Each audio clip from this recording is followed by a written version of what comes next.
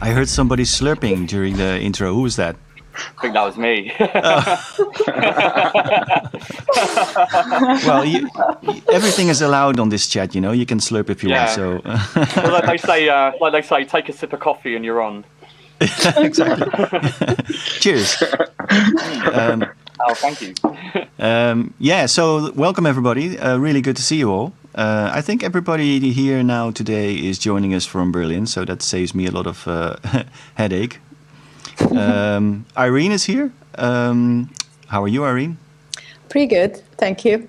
Awesome. How are you? I'm fine. Nice to have you. Thank you for having me. Yeah, and we have Merlin, aka Sorcery, with a really nice, interesting backdrop that we'll definitely talk about later on. What's up, man? How are you? I'm good. I've been running around all day. Just brought my modular here, and I'm a bit like I'm happy to just sit down and just to hang out with you guys. And yeah, really good to be here. And thanks for having me. Yeah. Awesome. Yeah, good to see you too. And we have Chris, Kamikaze Space Program, also apparently in some kind of spaceship. Good to have you, man. How are you? Oh, I'm all good, thanks. Yeah, just I've been teaching all day, teaching distortion. Oh wow! Really good to be chilling on my sofa. Teaching distortion. Man, did you ever think when you were a kid that you were going to be a distortion teacher later in life? No, definitely not. I was like the worst student ever, and then it's an amazing job being a teacher. It's such an yeah. You should make business cards with distortion teacher on it. Yeah, it could be a good title. Dr. Distortion. Yeah. So what about where does the teaching take place, and how is that organized and everything? I teach at Catalyst Berlin, which is formerly DBS at the Funkhaus in Berlin. So it's like a proper university. So yeah, I do first and second year creative music production and mix engineering. Awesome. Yeah, I was actually scrolling through your Instagram it's a pretty good source for gear porn. I saw some SSL and Trident, ATB and stuff like that. Yeah. So is that something the stuff you use in your studio, or are you also working in other studios, like doing mixing jobs for other people and stuff? Well, yeah, that's my other job, is I do mixing for other people. So when I'm doing big commercial jobs, especially in the pop world, you need to use these very large format consoles like SSLs, Tridents, things like that. So yeah, I'm working in a multitude of studios all the time. Mm-hmm. What do you mean you need to use? Is it because the amount of tracks that you're processing, or? Yeah, well, because a lot of it is like live instrumentation, so you really need a decent desk to route all, like a full drum kit. Like the last album project I worked on was like a 5-piece horn section, 20 mics on the drum kit. What else? Loads of singers. So yeah, it needed a huge amount of equipment. So yeah, you need a good console for that kind of thing, and also the sound as well. The sound's got to be pristine. But in my home studio, I'm just using an old 90s Soundcraft because it's the old kind of jungle kind of sound that I like so much. Yeah. With the nice mid sweeps and stuff. That's the one. Yeah. Yeah, actually, there's one here in the studio as well. What's the desk you have behind you? I was eyeing that up actually. Oh, that's it's a DDA forum. Oh, nice. I don't know that one. Yeah, it's like, I think it was from the same factory as where the Clark Technic stuff was built. Ah, cool. Yeah, it's like a British desk, with it's sort of like it's got a bit of a classic sound to it. You know what I mean? I basically just use it as a massive router. Like a matrix, basically. Yeah. Yeah, exactly the same. Yeah. Yeah, it's like it's nice to do like dubs and stuff on it. Like having your effects return on actual channels rather than just the returns, and then just go crazy with. It becomes like a big ecosystem, doesn't it? Like every action causes a big chain reaction of effects. Yeah, it's dangerous, but I like that. I like the danger. Yeah. So yeah, I mean, let's maybe move to Merlin's studio. You said you brought your modular back in this place. Yes. Normally, you have it in your drumming studio, where you have it as part of your drum kit, right? Well, normally is a big word. I don't. Sometimes. It's kind of like Every other week. yeah. I don't know. I just go with the feeling, you know. So I mean, I like to have instruments in different areas. So the drum studio is more kind of a live, raw approach where it's just very messy on the spot because I have drumsticks. So I'm like, it's not precise at all, you know. So I'm like, most of the times I'm like twisting a knob with the stick, and so that's kind of a completely different approach. It's not analytical at all. It's just very, you know, just on, yeah, like on the spot. And then here is more kind of a late stage production or just compositional area where I get to spend time, you know, endless hours on a very useless hours most of the times on a patch or on something on a mix or, you know, so I kind of like hover between these two spaces. So yeah, it was about time that I brought the modular back here because it had been in my drum studio for a few months and I missed it exactly interacting with it on a more relaxed and analytical level. So yeah, I mean, it was kind of a mess to bring it because I was walking there and then I had the stand and the cables and the stuff. So it was a bit like, but it was a beautiful day today. So in the end, it was it wasn't that bad. Mm-hmm. Yeah. Yeah. Maybe you should explain to people exactly what your approach is because. I mean, you have like an analog, like a real physical drum kit connected to all kinds of electronics. And you use as far as I understand, at least that's what I can make up from the videos I've seen. You use the drum kit as a sound source, but it runs through, modular synths and stuff like that. And a lot of stuff is also rhythmically triggered by whatever you do on the drum kit. So it's absolutely insane. And I mean, the sounds you get out of it and the energy is just mind blowing. But how does it actually work? Well, I mean, exactly. Like the whole kind of goal of the game is to kind of express the electronic counterpart with the drums, right? So like I try to find all sorts of ways to do that. And also I'm always trying to find ways how to kind of glue the sound together, which is not an easy task because drums are very, like acoustic and raw. Even if I have mics and everything, it's just completely different planets sonically speaking. So it's kind of, that's the challenge. And but I kind of make the challenge into the goal of the game, like I said. So basically envelope followers, obviously this is definitely a trick that I use over and over again because that is just reactive and I can just feed audio through it, and that is just converting into the modular world.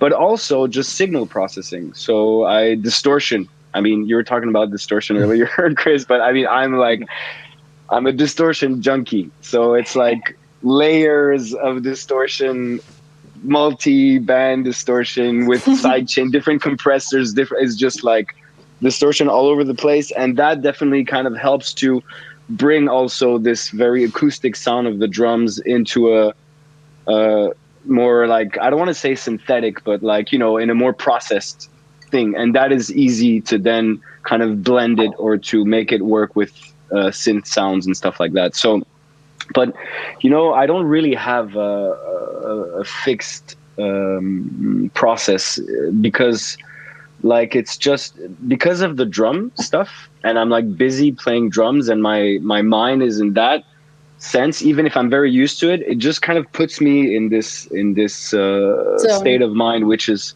which is just kind of messy. Actually, it's just really so to play with the machines with that. Half the time I don't even know really what's happening. I'm just like doing a setup and then like something happens and then I mean, but it definitely yields interesting things because it's improvised. Everything is improvised and the sounds are improvised, and it also feeds what I'm playing. So I'm feeding the machine, but the machine is also feeding me, right? So because I listen to what's happening, so it's kind of a dialogue more or less So I don't know if that makes sense or that explains. Oh yeah, absolutely. Yeah, I mean, I totally relate to the idea of being in a space where you are kind of controlling what you want to do, but at the same time, lots of things are just happening. Like are uncontrollable. You say you don't have a clue what's going on half of the time, but I think that's true for most musicians.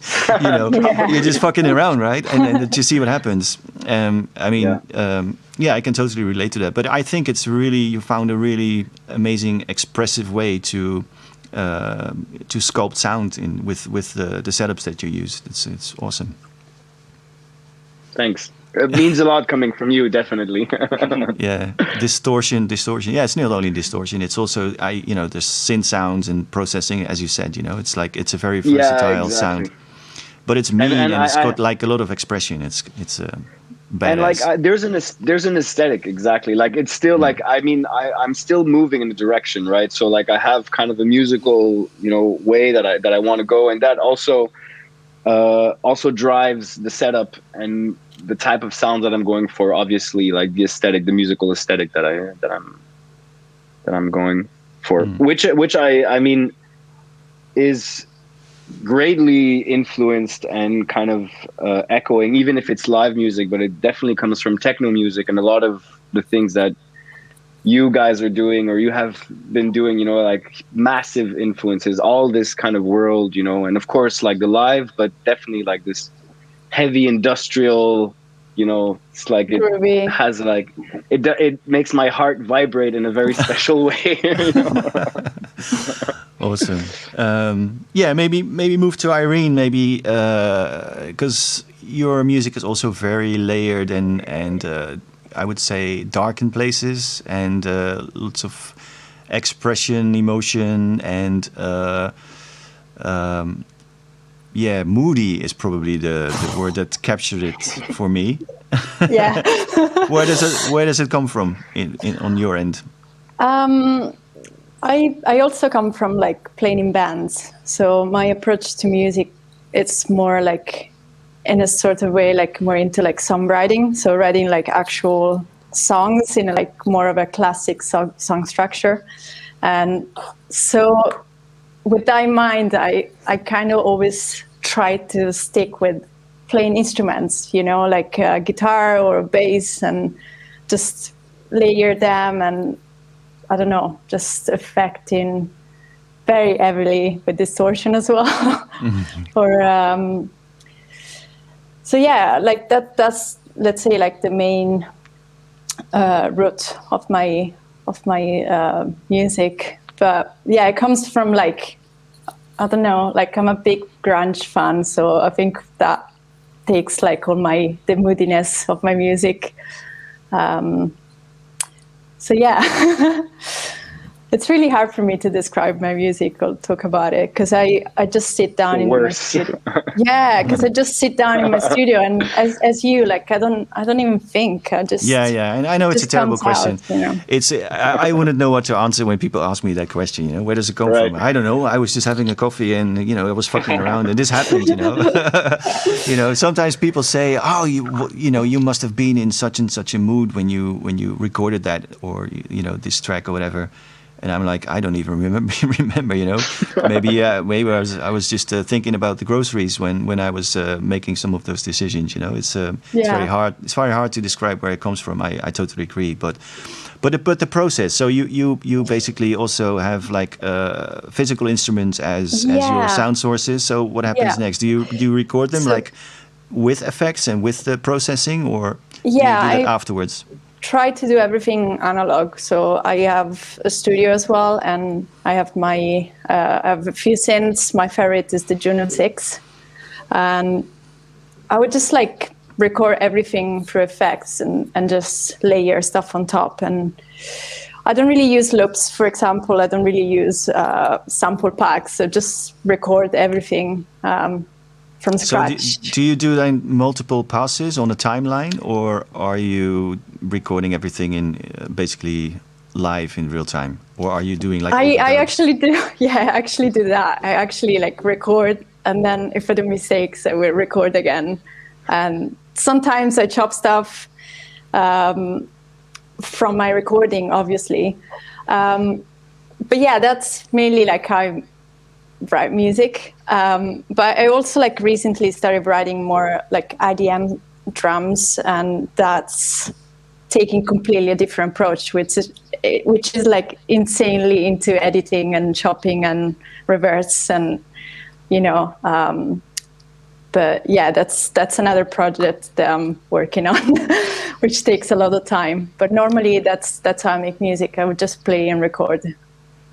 And basically just a performance, and you capture your performance. That's that's very important for me, because I think that's the way you kind of capture the emotion in your tracks. And even if there is some mistakes, it's okay. It kind of gives life to your track, to your music. Yeah. It's funny how all the people who record like this, they can identify the mistakes, but probably nobody else can. It's also like this when you play, no? When you DJ, it's like, you know, sometimes I finish a gig and I'm like, I'm so upset and made so many mistakes, and people would even notice. So it's always like that. Always like that. It's like it's like when you have this thing in your head, or this sort of idea that you want to express, and then some of it goes well, and then there's these little off things that you identify as mistakes, but you're really the only one that ever will notice these little things, you know, because it's just slightly off what you were planning to do, but you know. For a third-party listener, or for an audience member or whatever, it would, you know, they just accept it for what it is, you know. Yeah, they'll never know. Yeah, exactly. They just take it. Yeah, but I guess you also do it for yourself, right? Because then, like, you'll always hear that mistake if you don't do something about it. Yes, forever. Like, I have released an album last year, and there is in a track in particular a mistake on the mix down that I can really hear constantly. Sorry. And the more I listen to it, the more I'm like, that mistake.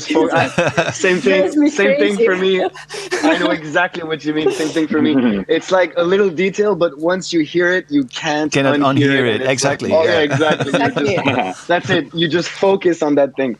So in the end, like, but it's true, like, people don't really know. And even just to go with what you were saying about live sets, you know, like, or gigs, whatever, like, sometimes it's just like, I had like the worst set ever, or the worst gig, and people were like, dude, that was so amazing. I'm like, oh my, or the other way around, where I'm like, this was the best set ever, and people were like, you know, it was all right. So it just, there's a distance. Well, I really sort of like, there was like a thing Brian Eno was talking about how we live in a world where we always celebrate control, how we try to always process everything to perfection, but we don't kind of embrace surrender, where you just surrender to let things be.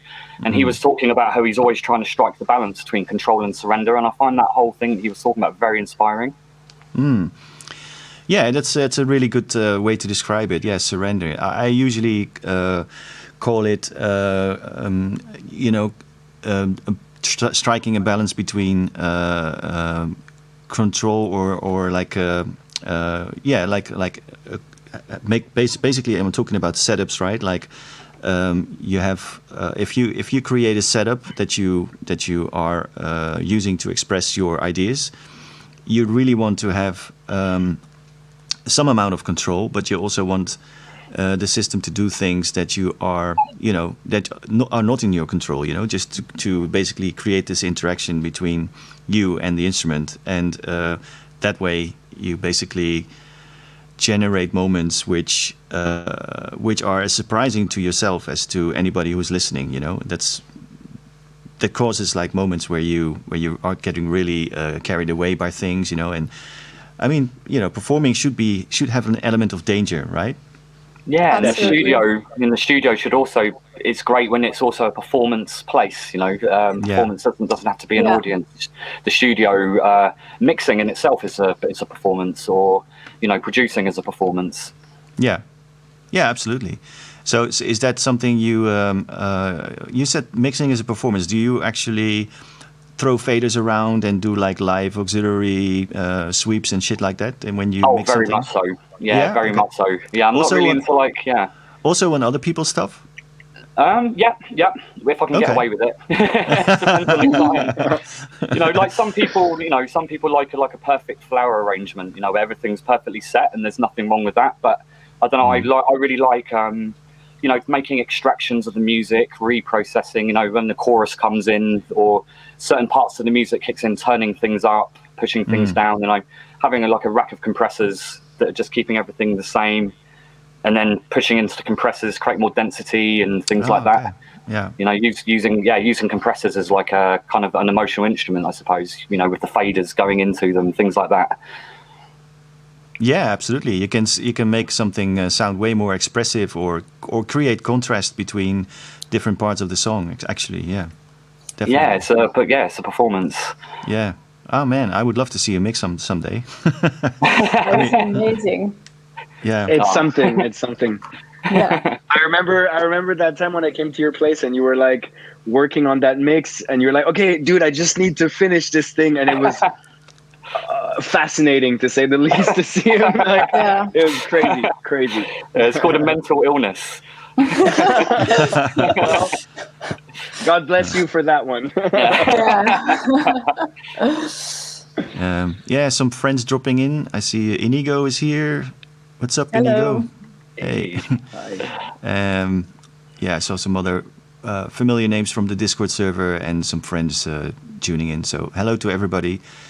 We are trying not to ignore you, but if you have any questions, feel free to drop them in the chat, and we'll try to get to them.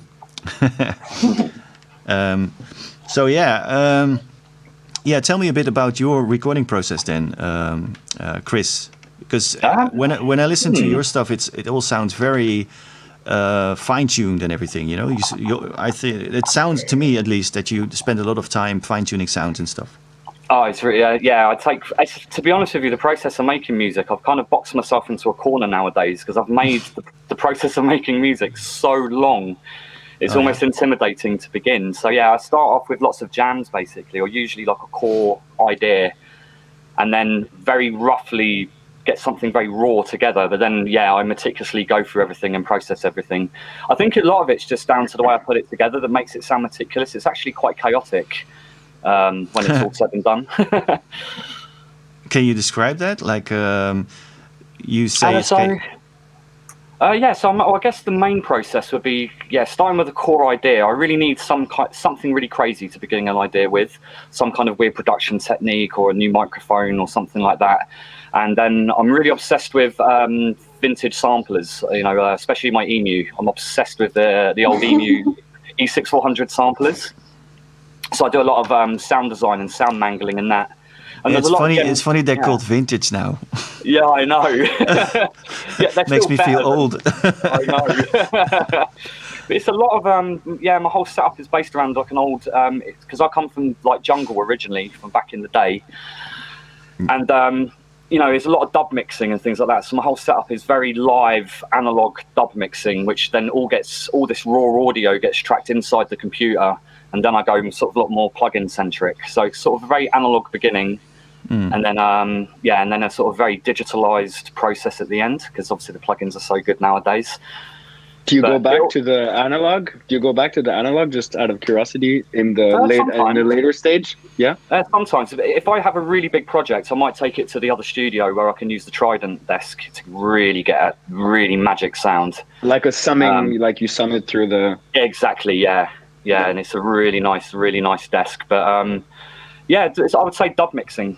A dub approach. Like at the moment, I would say that my main thing at the moment is using like Kevin Shields inspired shoegaze effects chains, like distortion into tremolo, into reverb, into delay, into more distortion, into tremolo, and but then dub mixing with those kind of shoegaze style effects. So it's kind of like a modern / vintage kind of approach. Yeah, best of both worlds. Yeah.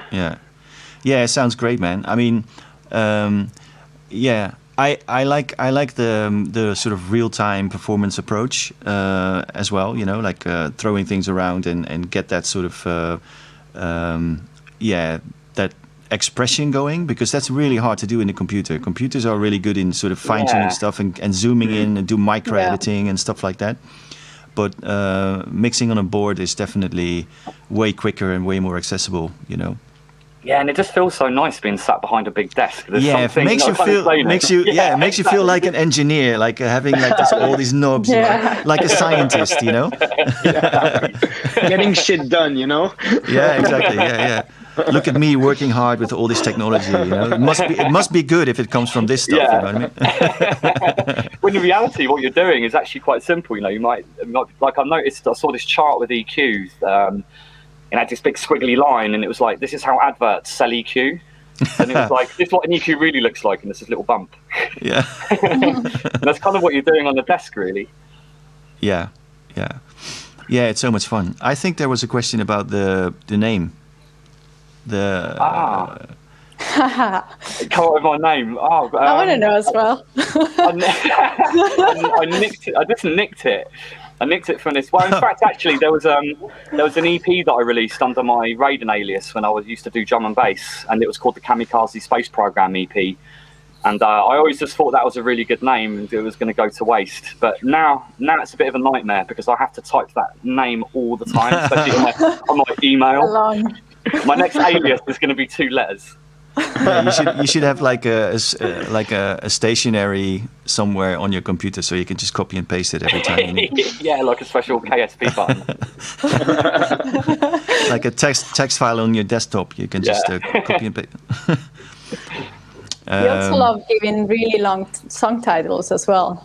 So it just me and my friend, there's a really good friend I collaborate with. He's called Cocktail Party Effect. Yeah. We just did a collaboration for the longest title, so it's called Kamikaze Space Program and Cocktail Party Effect, and the song's called was it Rice is Great If You're Hungry and You Want to Eat 2,000 of something. So that's the whole title. Well, good luck fitting that into the fields on SoundCloud and YouTube or Bandcamp or whatever. It's going to be a sort of broken in an ugly way on most online platforms. Cool. So I'm just looking around in your studios, guys, just to see some good bits. What do you have in your modular rack, the one that you are using also for your Merlin, for your drum kit? What kind of stuff do you use to process the sound? So for the sound, I mean, different things. What do I do? So I have the distortion, of course. Yeah, distortion. I mean, no, but the distortion is like separate. The distortion is like I do like feedback loops in the mixer for the distortion actually. So that's like that's still there. Explain that feedback loops in the mixer. Feedback loops. Okay, I know. I mean, I'm familiar with doing feedback loops with delays and pretty much all effects, but I've never really tried it with distortion. Well, basically what I do is that I have this like headphone amp, right? Like just like a splitter. It just basically splits the signal. Mm-hmm. And then I take the entire mix of the drums coming out of the mixer, and then I feed it back into the same mixer 3 times. Wow. So yeah, exactly. So it's like the whole mix of the drums fed back into the mixer, and then with different EQs and different panning and different like gain stage. Like parallel processing, basically.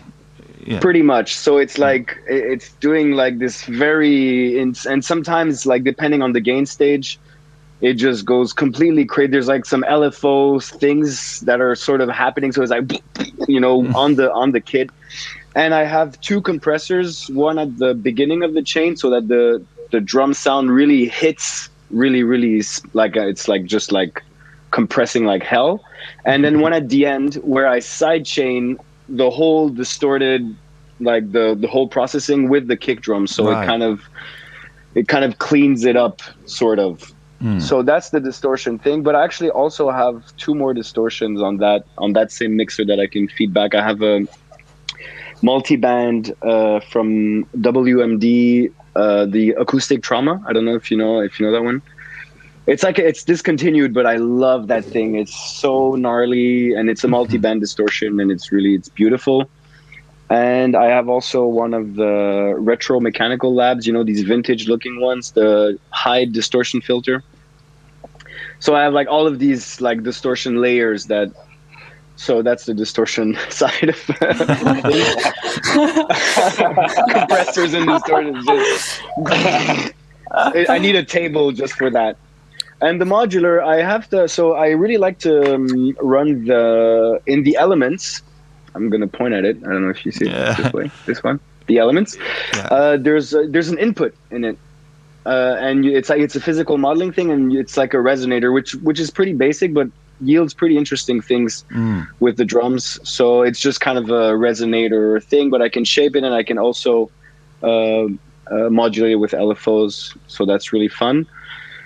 There's a more distortion, obviously. The Bastel Dark Waver, I think, which is a feed. I know. I think I know that one. Yeah.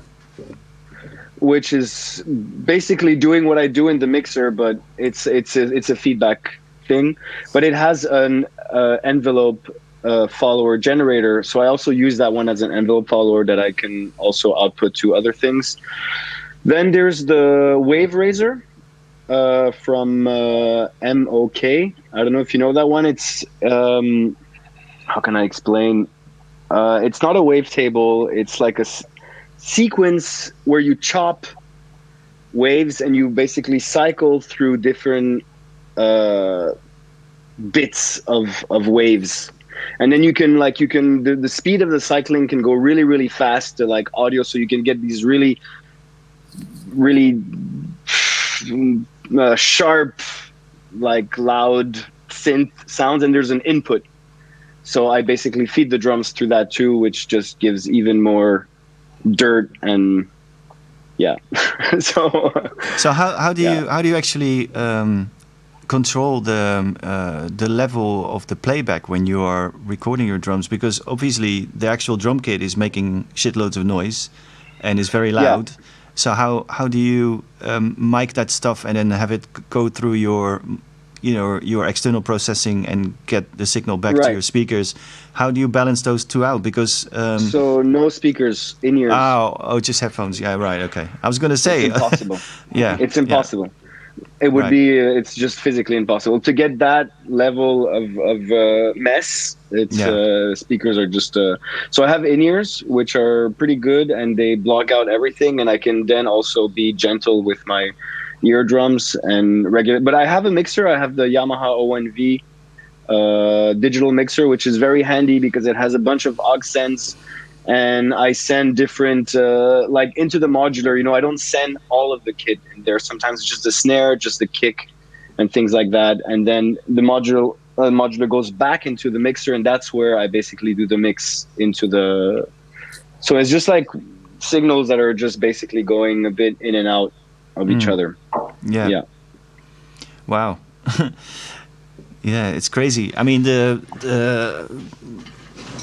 connection between the acoustic input and the processing, the synths and the outboard and everything. I haven't seen many people do it in the way you do it. It's pretty crazy. It's been a while that I've been. How long have you been doing this? Years. Yeah. I mean, this is kind of the latest. I mean, I used to be really into MIDI.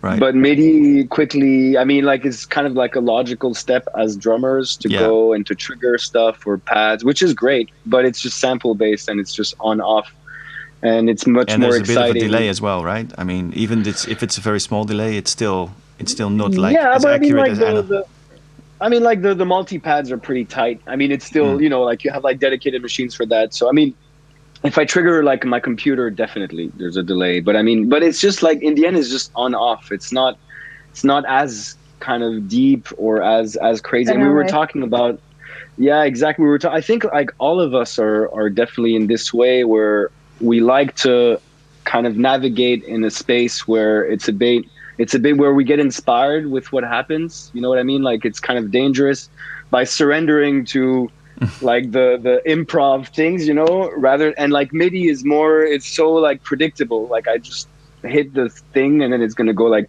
and then all right, then what? You know? Yeah. So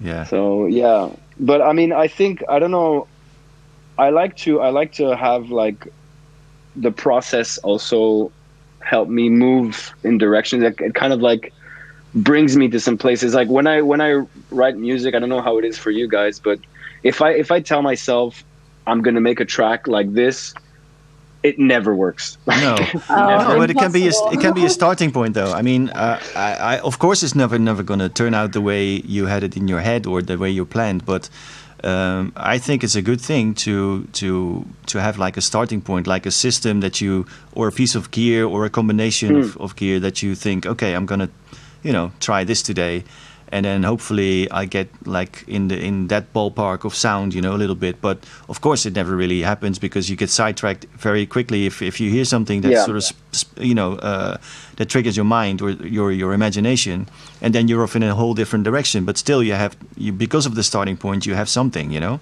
Yeah, I don't regret those moments. It's always like you know, whatever happens, you know, just to deal with it and, you know, get the most out of it. But I mean, it's true that on the other side, it can be quite like demanding or exhausting to always follow these little hunches, like you're saying, because then you just like hop into the wilderness and you're like, holy shit, what do I do? Where do I go from here? It's good to have a direction sometimes, definitely. I remember last time when we came around your house and you were like, yeah, I'm doing machine learning for like your active visuals. You were like so on a mission. We're like, I remember we were watching back what you did. I still, well, pretty speechless after what we saw that day. Yeah, it's crazy. coming out. It's finally gonna come out. I'm really excited to bring it out into the world. Yeah, that was the machine learning thing. I'm still discovering. It's a fascinating area of things. Yeah. Can you talk about that, or is it, or you want to, or is it under? No. I can. Yeah. I can. I feel like I'm talking a lot, but I can definitely. No, I mean, it's more on the visual side of things. I also do visual work here and there, and I just got into this whole artificial intelligence, like generative like modeling of so you know, like these deep fake things. I don't know if you've heard of this stuff or seen. Of course, yeah. Exactly. So you basically like feed a set of data to train to model something, and then you can basically create a model out of this data, and then once the model is done, it will give you endless iterations that are like just never been before.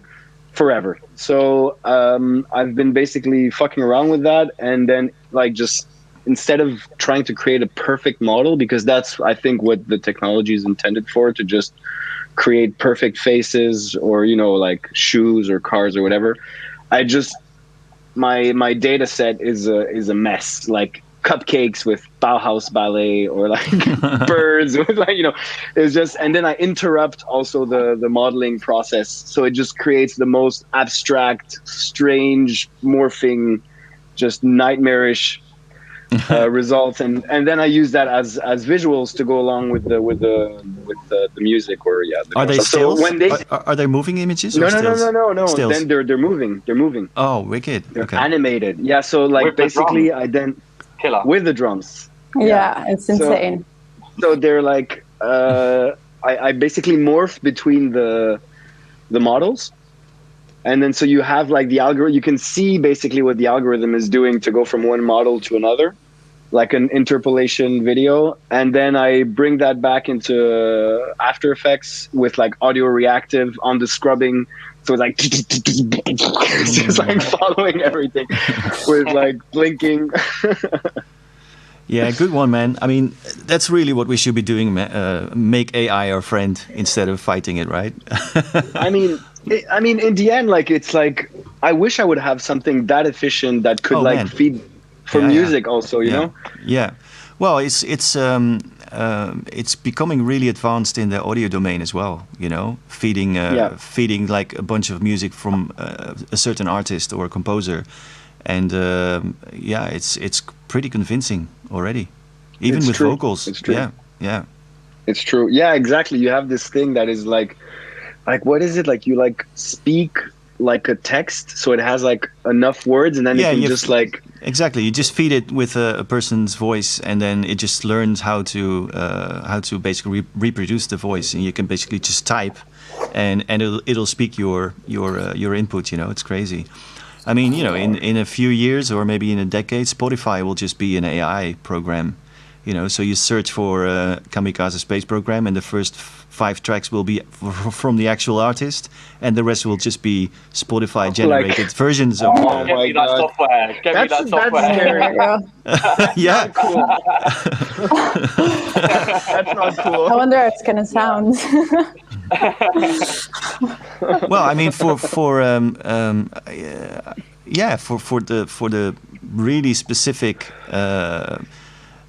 You know, for artists or for music which has very, very specific personal expressions, like it'll be more difficult, but for eventually it'll catch up to replicate that as well, you know.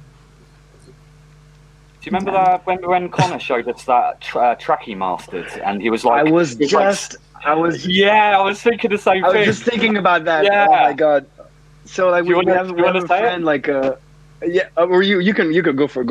Oh no, you were about to go in. Well, I mean, like I don't know, like do you know Connor Dalton, the mastering engineer? Me? Johan, I don't know if you. Oh, yeah. Oh, okay, yeah. Sorry. No, sorry. Well, maybe I do. You know, but anyways. Yeah. Anyway, so Connor, a friend of ours, he's a mastering engineer, and then he's like mastering this track. Well, where was it from? Like from this like K-pop thing, right? That's it. Yeah, from South Korea. And then like he just masters the track, and then it's actually he was like, yeah, it's like above average, you know, K-pop, like pretty cool, well produced and like catchy. He had like he said like he even had it in his ear or something. And then when the track came out, like he saw the press release, and it was exactly AI generated track, and he was all of it, wow. all of it, all of it. Yeah. That is crazy. He couldn't believe it. Yeah. That is crazy. Yeah, that's right. I mean, like Chris said, you know, give me that program. Yeah, eventually, I guess we will. It'll save us a lot of trouble, you know, like just sit back and just fuck around and then have the AI finish your album if you feel like you had enough. You get some weird instructions. Or just kind of like a buddy to bounce off ideas, you know, where you could like, I think like if it would just emulate what you do, we would just end up like going in a loop. But if it could bring your ideas to another level, that would be amazing. You know, like sometimes I wish I had somebody to listen to my stuff and to say, oh yeah, maybe you could go in that direction, you know, maybe AI could do that. Like, if Stockhausen was came around today, or Pierre Henry came around today, they would use it for sure. They would use it. Yeah, exactly. Absolutely. Yeah. Or we should just model them, and then they could tell us what. Yeah. And they should tell us how to model them. Yeah. Exactly. Yeah, we could have all the unreleased, never made Jimi Hendrix albums and shit like that. You know, it would be amazing. Yeah, it's another one that you could use the word surrender for. You know, just surrender to the AI. Just let it happen, man. Yeah. Enjoy the ride.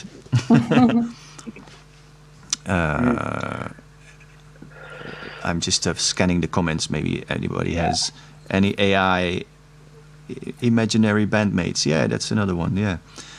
Yeah, you could instead of just making music by yourself, if you're a solo artist, you could invent or work together with an AI, as a bandmate. That would be amazing, actually. Yeah. Yeah, exactly. That's the thing, and you could even model your bandmate to things that you maybe but you don't put in your music or don't know how to integrate, and then you could just have the feedback of that, you know. Yeah, that'd be cool. I'm a bit old school when it comes to this, but I feel like the best part of when it comes to bands is to actually have bandmates and have a band, you know, and have people you jam with and feel like inspired by and stuff like that. So I'm totally against this idea. I think I don't like Yeah, that. in the end, it just yeah. I don't know. It's just another. So It's accessible. yeah. I mean, it would be. I mean, you can think of scenarios that it would actually hurt income of artists or whatever. But For sure. I mean, every technology that comes around, people have been afraid for it. Like even radio or photography. People Look were at the recorded fucking medium, scared to be for example. Sorry, Yeah, what? that is true. Like the recorded medium, Yeah. sent everyone mental. Like because people who wrote sheet music thought they were going to be out of business. Yeah, Well, yeah. and they were actually, like Tin Pan Alley and things like that. Yeah, Split Radix is saying, what if your AI partner becomes more popular than you and goes solo? You just pull the plug. well, you That's still my own point. it. You still own it.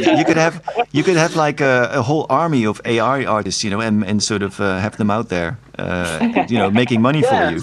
Exactly. Just be behind a computer, just control, like being the evil genius, controlling all these AIs which are invading Spotify and YouTube and everything. Oh my God. I'm up for it. Yeah, I mean, I think, these things are just going to be, working parallel or going to happen parallel to actual, human expression, right? It's going to be just another thing, another tool to use and to explore. Really, I think. Definitely, I agree, and it's definitely an exciting area because it feels more like somehow, even if it's very digital, but it feels organic because it's like alive. You have like these like algorithms that are more complex, and it's cool. Yeah. Yeah, BT, the American producer. He made an interesting argument a while ago. He said, the way artists are now kind of really need to take care of their copyright. Like registering your music to make sure you get paid and stuff. In the future, when that AI becomes a big part of generating content and stuff, you should be able to claim your artist data set. Your experience and your all the experience you have and all the facets of your skills that you have developed. Your ideas, your way of expressing yourself, your kind of uniqueness that should be able to. People should be able to kind of register that as a data set, so you can have control over what happens when AI-driven stuff is going to be derived from your ideas. So you still own the copyright to whatever the AI does to it. You know what I mean? That's interesting. Yeah, that's a very interesting moral dilemma. It is. Yeah. Yeah. It's a good point, though. Yeah, definitely. Yeah. It's like it's another level of intellectual property, just like, yeah. Yeah, because if you're a musician or any artist in any field, you start out and you develop, you accumulate knowledge and skills and you kind of have you basically this whole data set expands, and it becomes bigger and bigger and more unique along the way. And at some point, it's just impossible to replicate by another human. But for an AI, if you give it enough time to study it, or to learn from the data set, then eventually it'll have the same capabilities. Mm. So if there would be a way to kind of still own that data set and be able to exploit it, or so everything basically points back to your experience and you as an artist, and that would be a way to kind of manage that. Yeah, that's interesting. But maybe there would then need to be kind of a way how to bring it to, because as artists we'll always have to step it up to the next level. So how to kind of beat the AI, like surprise it, Because the technology is there to assist, isn't it, and make our lives kind of easier, to allow us to progress to bigger things. Yeah. Yeah, I think we should definitely kind of strive for that, and that should hopefully never be the case, because I guess it also depends of the music that you do. Like when it's like very functional music, then definitely the AI can take that, and just can just do that function, and go. But if you kind of then, if that brings us to make art or music that is less functional, if that makes sense, or that is more kind of like out there, then maybe the AI won't be able to reproduce that because it's just so organic, like biological, Yeah, but no, of course. I mean, there's nothing like. I mean, you can see music in several different ways. The way that is like the most true to, like the original, not the original, but like the traditional way of making music is like is a communal thing, right? Celebrating together, dancing together. Yeah, it's a form of communication, of absolutely. Gathering, releasing energy, blah blah blah, all that stuff. What's the other word I was looking for? Like rituals, stuff like that. Yeah. But the other way, like you said.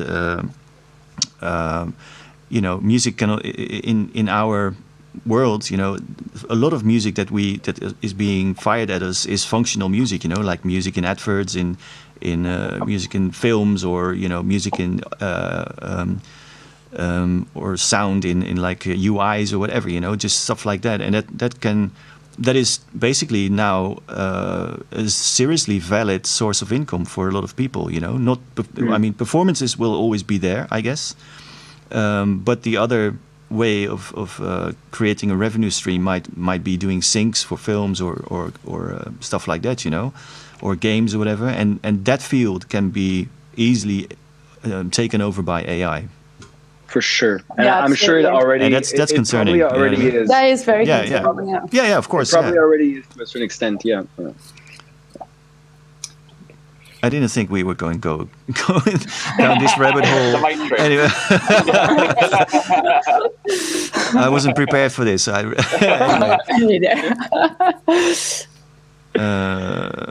What's Irene process with acoustic IC guitars? Okay, Irene, go for it.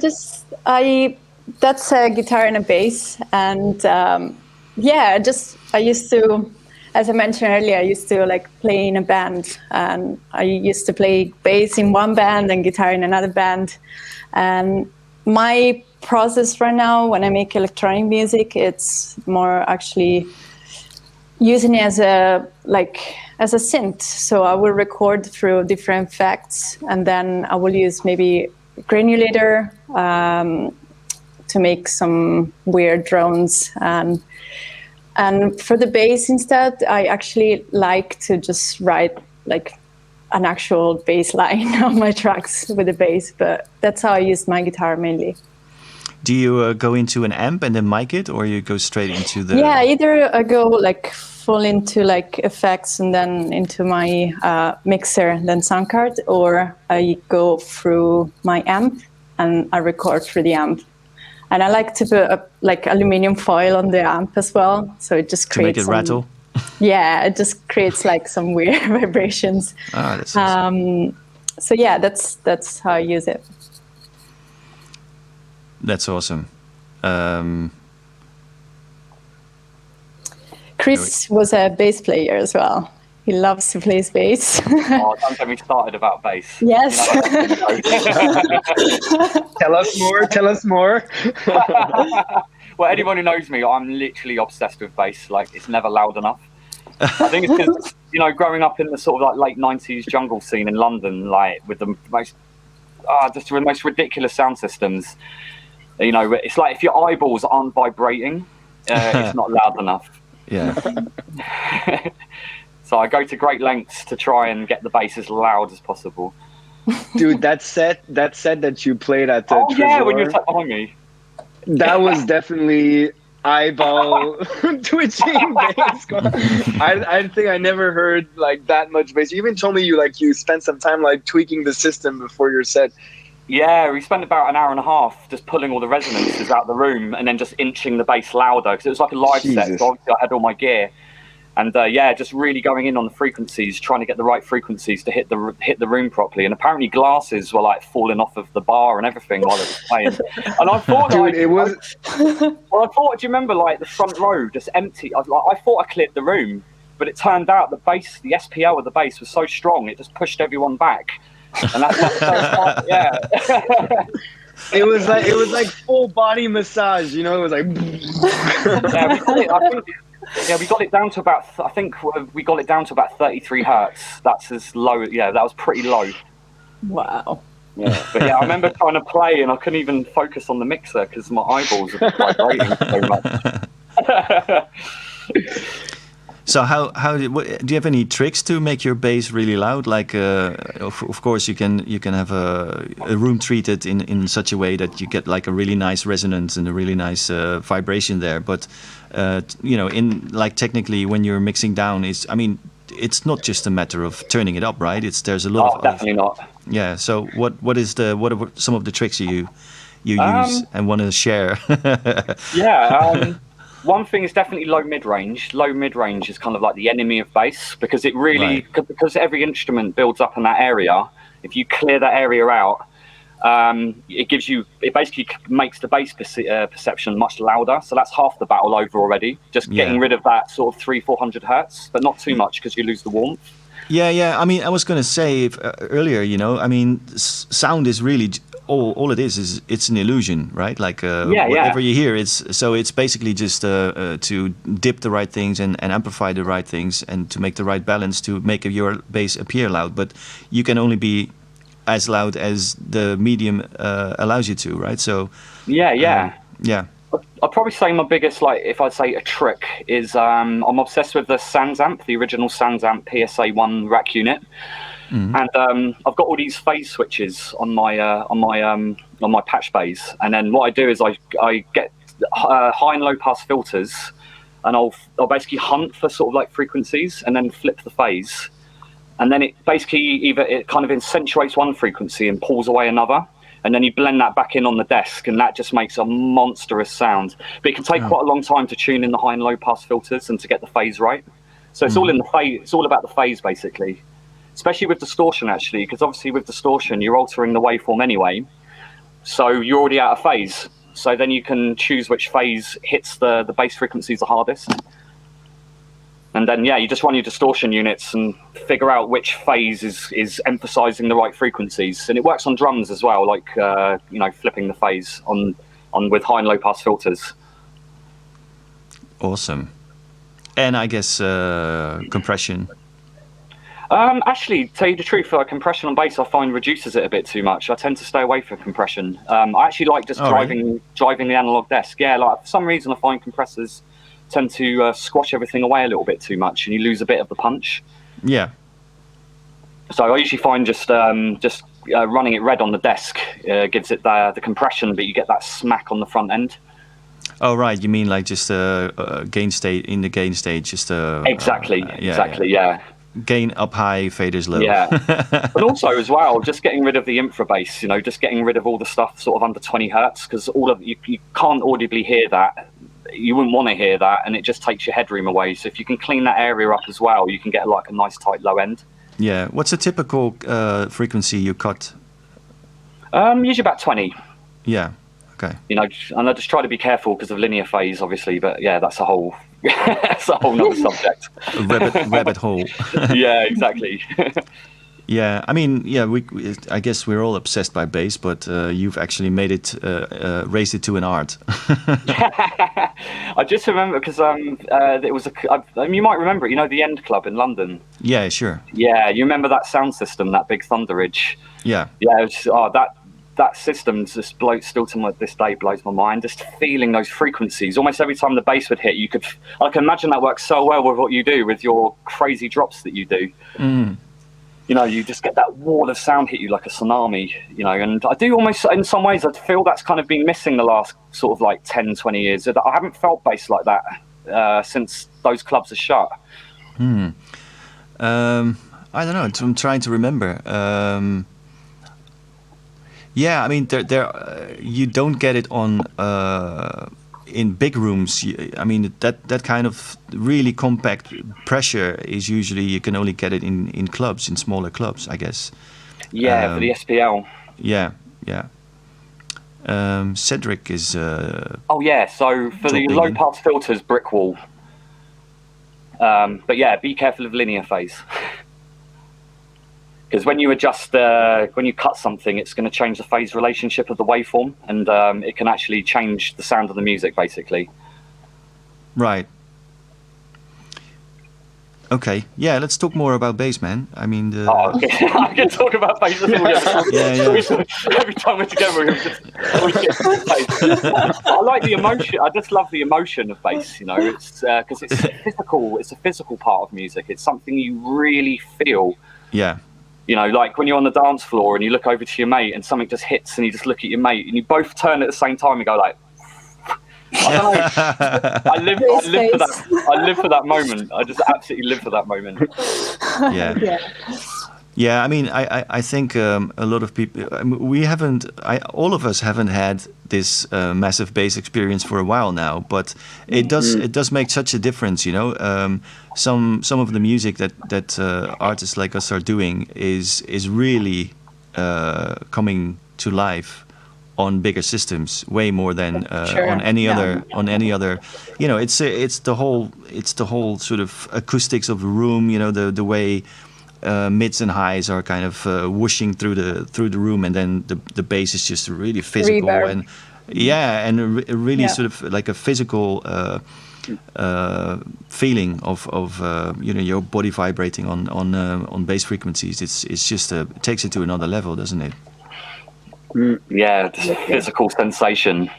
Yeah. I mean, for me, like as an instrumentalist, like as a drummer, I think it's definitely the bass that, you know, that physicality of this music that was just like, I felt good there, because exactly there is this it's a physical thing, definitely. But I mean, yeah, hopefully we'll be able to do that again soon. Yeah, for sure.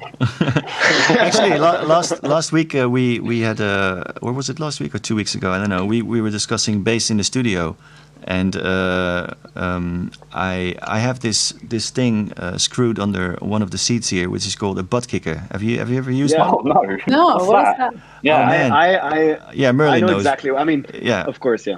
Yeah. Yeah. Okay. So it's basically a thing that you screw under your seat, and it's a pretty violent tool actually, because it comes with 1,000 watts amp, and it's basically, it's called the silent subwoofer. So I mean most people are familiar with a sub pack. You know, these things you can kind of wear as a backpack, which generate bass. I don't know. Have you ever heard of those? Yeah, I've heard of those. Yeah. I've not heard of the butt kicker. Yeah. Also, there's chair as well. There's something to put on the chair, right? Yeah.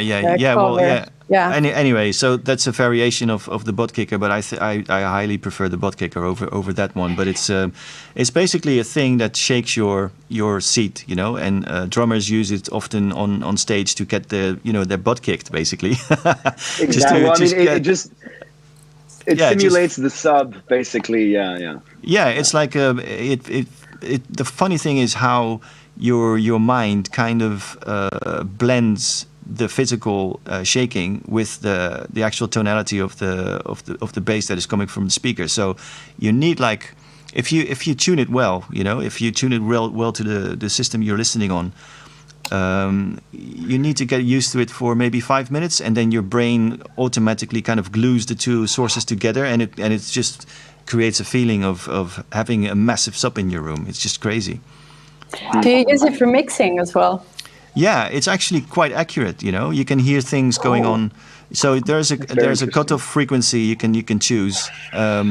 So basically, you should choose if you use it for mixing, you should choose the crossover where your physical, or where your speakers stop reproducing the sound. So everything below that will be reproduced by the butt kicker, and it goes. You know, it has no bottom. It has no sort of lowest setting. So you can have it shake at 1 hertz or something if you want that. So it picks up everything that is in the sound. So, you know, if you use your speakers for, you know, your top range and mid range and bass, but just use the butt kicker for the actual lowest octave, you know, the sub, you can actually find things in there which you even didn't know they were there. You could probably only see you could only see them on analyzers or something, but you can actually hear them, or, you know, detect them when you have the butt kicker.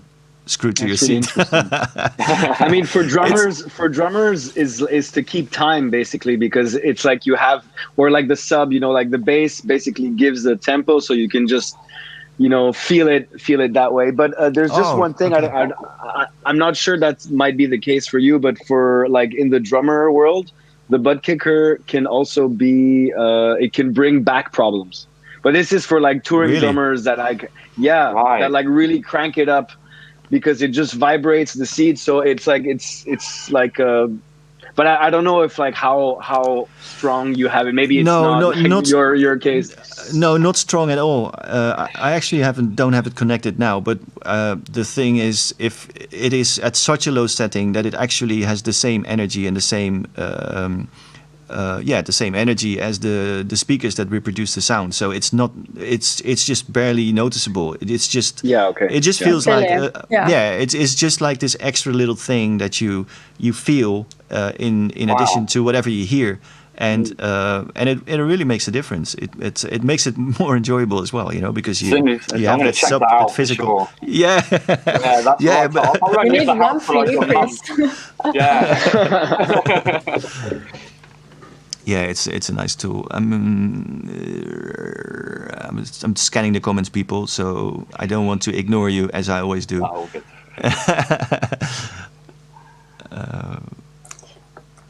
Actually, I have a watch that does that as well, somewhere in my house. That you connect to your iPhone or whatever phone, and it will basically emulate the sub bass on your wrist. So Oh, really? yeah, so when you listen to music, you just feel like vibration. But I swear, it's insane. It's amazing. No one's been telling me about these things. It's like, I'll bring it to you. Yeah, maybe people don't want me to have such things. That'd be dangerous. So it's turning out to be the bass and distortion edition today. So What else? yeah. Not very surprising. So what are your favorite distortions, Chris? Because you for the type of bass in your music, I hear a lot of processing and kind of sound sculpting. Is it all from the source, or is it like processed after it's coming from the source? Processed after the source. So the EMU sampler would be the main thing. So I'd make something in a synthesizer, or maybe it'll be a sample, usually some kind of synthesizer. Then it will be mangled in the EMU just to an inch of its life.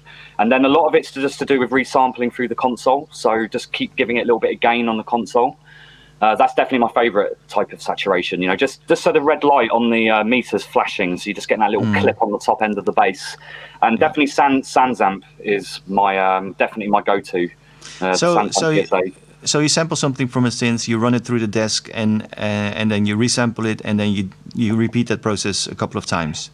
Exactly, yeah. So so make the riff, then the riff goes through the desk, clipped a little bit into the EMU. And then in the EMU, I'll use different layers, like using the shelf morph filter to get the real low end. I'll also do a lot of internal gain as well. That's an old way in the drum and bass days. We used to get really loud, over gaining, to squash the transients. Yeah, exactly. To get more loudness. Yeah, exactly. Yeah, and you don't get that. You don't get the square waving, which is super cool. And then that will then go run through the desk, resampled again and retwisted. And that could happen a multitude of times. And then usually like some kind of parallel distortion going on from the SansAmp or a Vermona. I use a Vermona unit as well. But mostly I'd say the desk. Desk is the main thing. That's almost like a way of working that is common for mastering people. Just gain an extra dB with each stage of the process, and just have a little notch there. Yeah, exactly. Yeah, like just layering it every time it comes back. Because I remember, like, speaking of the EMU, was it Cytomic who wrote the glue plugin in Ableton? He did a thread on Gear Sluts trying to re-emulate a plugin that does the EMU filters. And after a while, they worked out that it wasn't the EMU generating the sound. It was the process of constantly going through, through the converters, through the desk hot and back through, in just that loop. Mm-hmm. And it's not something that could be replicated with any software yet. The technology hasn't got there yet. Yeah. Yeah, and it's a different process anyway. You know, you're manually sculpting things. And also, if I'm brutally honest as well, it's not really about the bass. It's about how the bass, its relationship to the rest of the music. You know, anyone can make bass stupidly loud, but to get that bass to not kill the rest of the music, that's the art. You know, you have to look at the bigger. You know, it's the same with any mixing. You have to look at the bigger picture and not specifics. How does this bass work in this piece of music that I'm working in? Yeah, it's all context. Yeah, absolutely. Yeah, so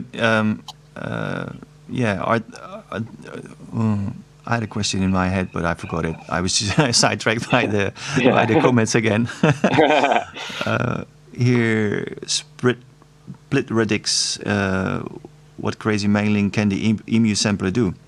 He's got a Yamaha, but it's basically with the Emu. It's got these thing called Z-plane filters, which have a very specific sound. So they're just magic, and just loads of like micro tuning with the LFOs. You've got 2 LFOs and then an assignable envelope, and it's just about getting. The cool thing is they don't sync, so you're just doing everything by ear, and then just getting everything modulating in a really interesting way.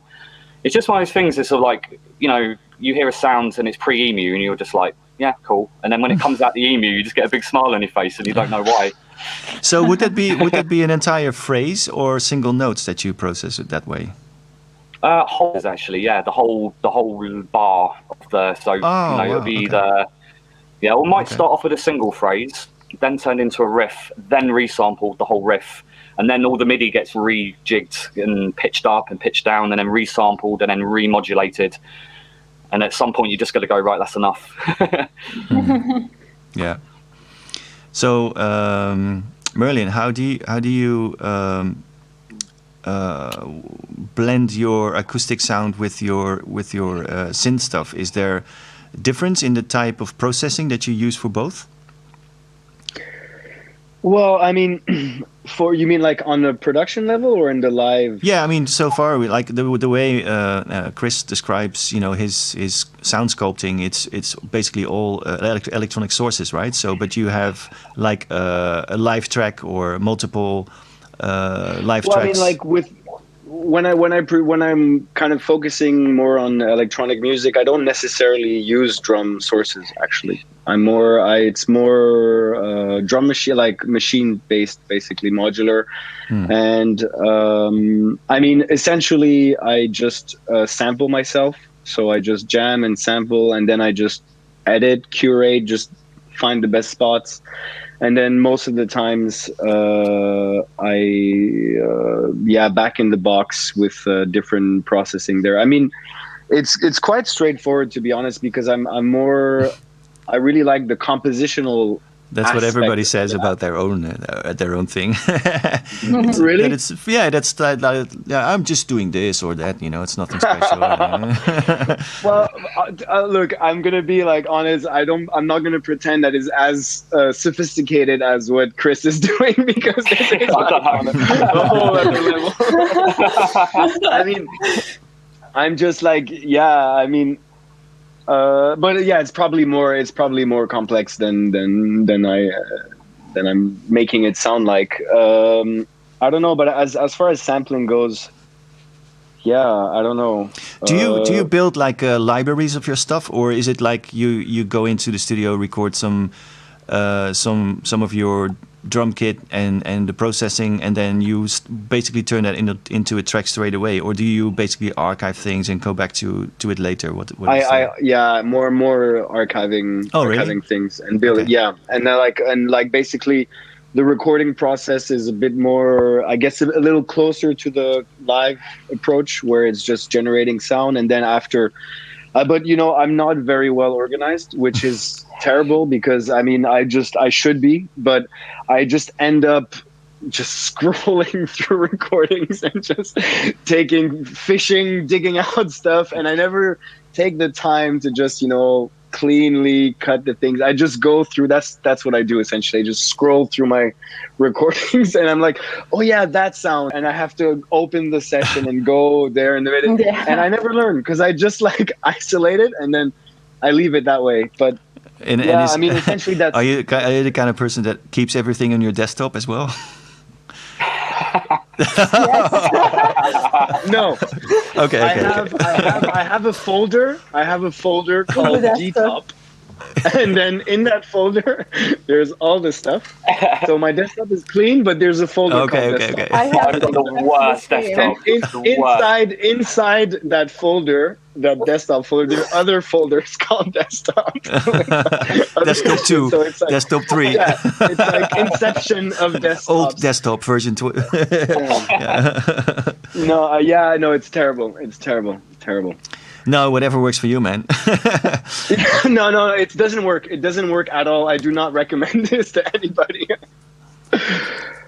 No, but I mean, yeah, you can overdo the systematic archiving, I guess. Spend too much time. No, but I do. I mean, like, I'm exaggerating. I do archive things. I mean, I do also like to spend the time to go through it. But I mean, like, the thing is that, like, I think the problem is that the amount of material that I generate is exceeding the time that I have to go through it. So because I love so much to just create stuff. So in the end, and when I'm in the kind of a compositional process, it's also quite very much on the feeling. So it's very exploratory, which is just seems to be a bit messy by default for me. But when I have to convert it back into a live version, that's when I have no choice to just clean things up, because so I isolate better. So and I do like live sets, like proper like electronic live sets, and that is definitely forcing and it's an interesting process. Like the first time I was confronted in doing a live, like strictly electronic live set, that's when I realized, I was like, holy shit, okay, no, I need to clean up my shit a bit more. Okay, so so you have these you split up your process in different jobs, like creating a live set, creating a track, mixing down your tracks, stuff like that. So how is that for you, Irene? How do you organize your different stages of a project? I am very messy as well. Okay. Very messy. But I usually I don't know. I really would love to just record a bunch of stuff and, every now and then go pick stuff and start new ideas. But I simply can't, and I don't know why it's stopping me. So I start every time something new, and so it's like. You mean you follow through it till the end? So you start something and then you keep going until you finished it. Pretty much, yes. Yeah, I'm like that as well. Yeah. It would take me I'm not someone that will come up with a track within I don't know, a track a day, or I'm very slow in writing music. But yeah, I'm definitely committing to a track. Maybe I'll start something else, but I can't I'm very scheduled and OCD in a weird way, because I'm OCD when it comes to this, but I'm not OCD when it comes to organizing files or desktop as well. It's an entire mess. But yeah, that's pretty much my process. I'll just start something and until it's finished. So you say it's slow, but what is slowing you down? Is it you take time to sort of change your stuff around a lot? Does one track have many iterations or different versions before you decide you arrived on the best possible version or the final one? I really lose a lot of time on sound design. Oh, okay. So I will. But that's not wasted time. That's not ever wasted time. No, of course. But this definitely will slow me down, because sometimes I really get stuck into making a sound, sounding as good as I can, and then, that sometimes would take an hour, or it would take, I don't know, 2 sessions in the studio. So, so that will definitely make me a little bit slower. But then I also somehow I always get stuck into harmonizing things as well, which again, it will bring me to I don't know, sometimes I'm just getting stuck into my own mind, into my own brain, and I'm I just get loose. I think I lose focus and I need to let the track be resting a little bit and then go back to it maybe like some days after and with a fresh ears and start again. On the other hand, sometimes I can write a track very quick and then it's done and I'm very happy with it. But those are the best ones, aren't they? Totally the ones, best the ones that just they just happen and they're there all of a sudden and it's like, hey, and you always think it's like a new day as well. Like, right, I wrote a track in the day, so now from this point forward, I'm always going to write a track in the day, and then you fall back into the old thing. Nope. Yeah, that for me will happen like once a year or something. I'll write a track in a day and then I'm just stuck into my own loops forever.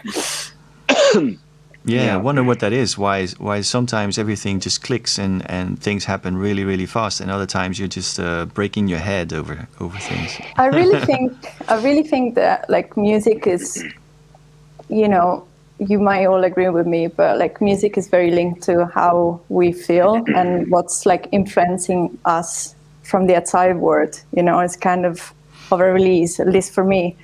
So that really influences the speed and how I make my music, because sometimes I might go through periods that I'm extremely distracted. So that obviously like will slow down all of the process.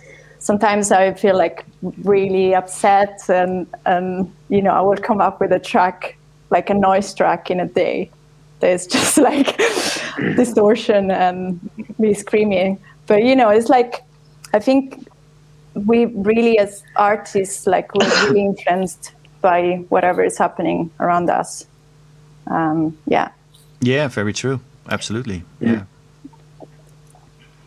definitely. I have a feeling also sometimes, to go with what you're saying, is that the more I care, the more it's difficult, because there's like the emotional attachment is not always, you know, and sometimes if I don't give a shit, I get the best results where there's like kind of like this nonchalance where I don't overthink it, basically. I guess overthinking it. So, you know, I don't know if you get that too. Yeah, but the way I see it, sometimes you indeed you get these periods or moments or days where you are just trying things out and thinking about things a lot, and you know, trying to come up with systems or trying to achieve some kind of sound, or I don't know, and then you feel like you're not productive because you haven't actually made anything you haven't brought a track into the world or something, or a piece of music or whatever.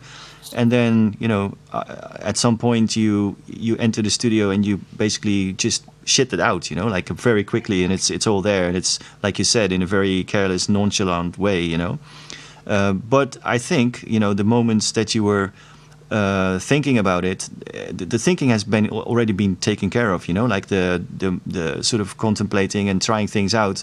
It's a learning process. So you basically went through all that. Yeah, you went through all that just to be able to one day come into the studio and reach that point where you can just let everything go and just do it, you know? It's true. In fact, I think that is essential, like when we are into this process of like making music, to actually allow ourselves to have some days where we could call them like learning days, you know, where we're just trying to learn new tricks on Ableton, or like just learning your synth, pick one synth and just like actually go a little bit in depth about what can do, or, you know, like try different routings. And I think this is, as you said, it's like, if you actually spend time into doing this, like the next day you will make a track and you wouldn't even think about it, because it's kind of muscle memory in some ways. Yeah, exactly. I guess you need time to kind of like digest the information that you kind of like, it becomes part of you, and then after you can really put it into practice. Yeah. Yeah, it's like what you call mise en place in cooking. You basically prepare everything, you know, or calligraphy, you know, like the old Japanese way of doing calligraphy is like you sharpen your tools the whole day, you know, and making your ink and shit like that, and preparing your paper, and then when the sun goes down, it's like done.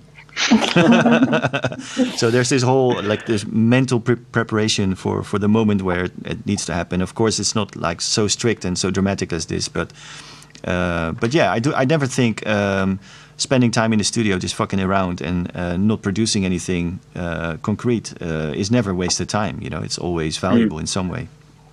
Also, for me, it's like a sort of, you know, people do meditation or yoga or whatever. Like for me, being in the studio is like the moment it's like my moment, you know, where I'm like turning my phone off and I'm there, and it's just like, I don't know, I find it really relaxing, and you just let out everything. Therapy. Yeah, therapy, exactly. Yeah. Therapeutic bass should be a thing. For neighbors. Yeah, what else? I mean, let's talk about tricks to get yourself going when you get stuck. Do you ever get stuck, maybe, Chris? Permanently. Okay. Always in the stuck point. What do you do to get unstuck, to get things going again? To be honest with you, usually because I know we've been talking about a lot of technical stuff, but for me, music is it's very emotional. Yeah. And unless I'm really feeling something, I can't really do anything.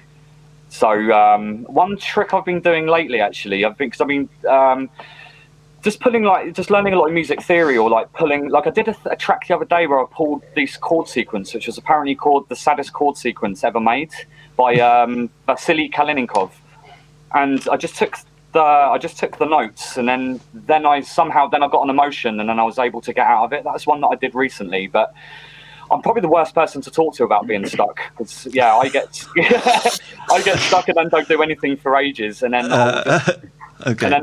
I'll get a big flash of inspiration, and then I'll just work in a day, and I'll just make the whole track in a day. But I'm just waiting for that moment, and it could take months to occur. Yeah, I'm the exact same. Yeah, I get stuck really easy.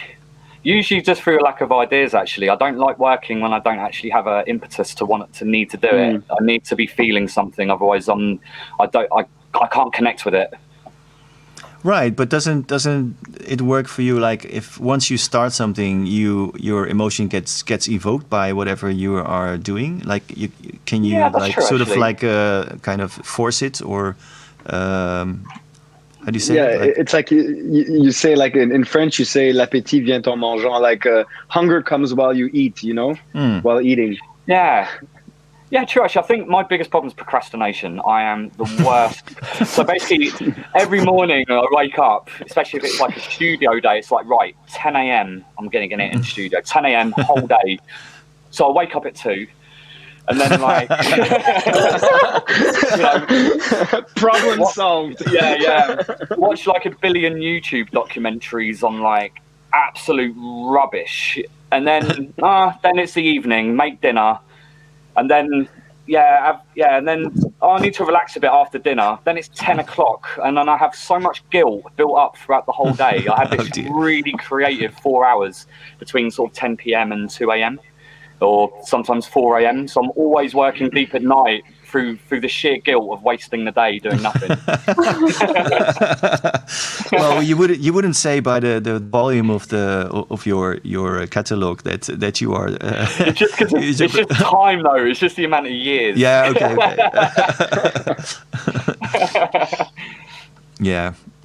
Yeah, I know what you mean, but I think I've learned some tricks over the years that will, even if I'm not in the mood, will get me in the mood. You know, just by starting something, or just without a plan of making actual music. Just say to yourself, let's explore this synth today. You just go really in depth on this and this machine, or create a chain that you can kind of predict that something will come out of it which you haven't heard before, haven't tried before. Just a game, and then and usually something happens that sort of invokes my imagination, and like I'll just go on the ride, and see what happens. I'm exactly like, I can totally relate to this. I'm the same. I do the same thing. It's actually really good fun, isn't it? Just to go into the studio with absolutely no preconceived idea that I'm going to do anything. Just go, do you know what? I'm just going to have fun today. I'm just going to play around with some stuff.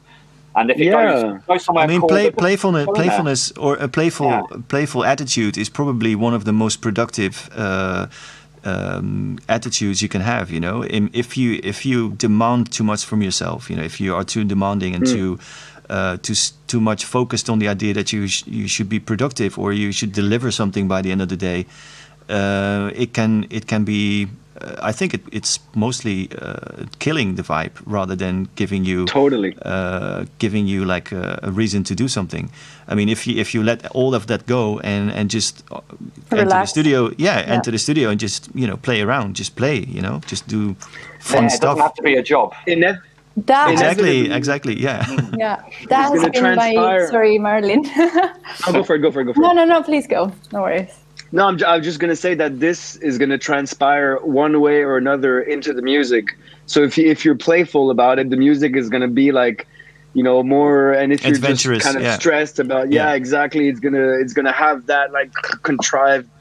So I think it's definitely. I love playfulness. That's like the mantra. You know, we should have it like on the wall. Because we have modes, don't we? We have certain modes. Like, you know, some days we're in an analytical, technical kind of mode, and then other days we're in a much more musical, playing around kind of mode. You know, because it's funny when I'm sitting there, like I keep agreeing to everything, even though because music is such a contradiction, and we are always contradicting ourselves in the way that we approach things. You know, like I say, I've agreed with everything because I do both. Because we have different modes and different days. Yeah. For sure. I think Irene wanted to say something. No, I was just about to say that was linked to what Marilyn was saying. That was like my biggest struggle. Like the first years I started writing electronic music, I was like, I needed to be productive. I wanted to write as many tracks as possible, and that would actually stop me from actually creating something that was me, you know, because I was like so focused on creating, I don't know, I wanted really to make techno tracks. And then I was like, okay, I'm going to make techno. But I realized throughout the years that probably techno is my weakness, like in writing techno, you know, and I'm just like starting to let this go and become a bit more relaxed to what my sound actually is. Because with the years, the more you become relaxed and the more like your artistic persona comes through, you know? That's what I want to say. Yeah, that kind of stuff, I mean, it's a good strategy is just to let things emerge rather than to force them out. Yeah. Deep stuff, people. Also find sort of limitations are really good as well, like forcing yourself to work in a certain way or setting like what we did to Irene the other day with remember the time limit, setting the timer like, right, 1 hour, bang, you've got to get from point A to point C in 1 hour, regardless of how you get there. And I find that can be quite liberating sometimes as well, just setting very strict limitations.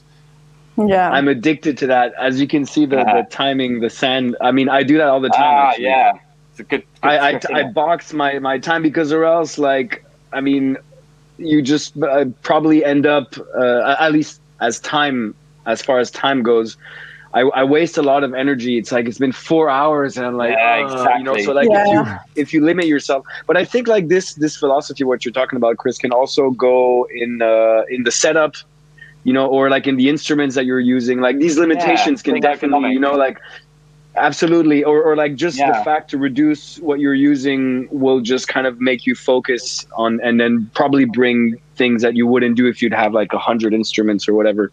I really like working on that whole idea of like work fast and then refine, you know, get the initial idea out very quickly. Like when I'm writing, I hate to lose the vibe.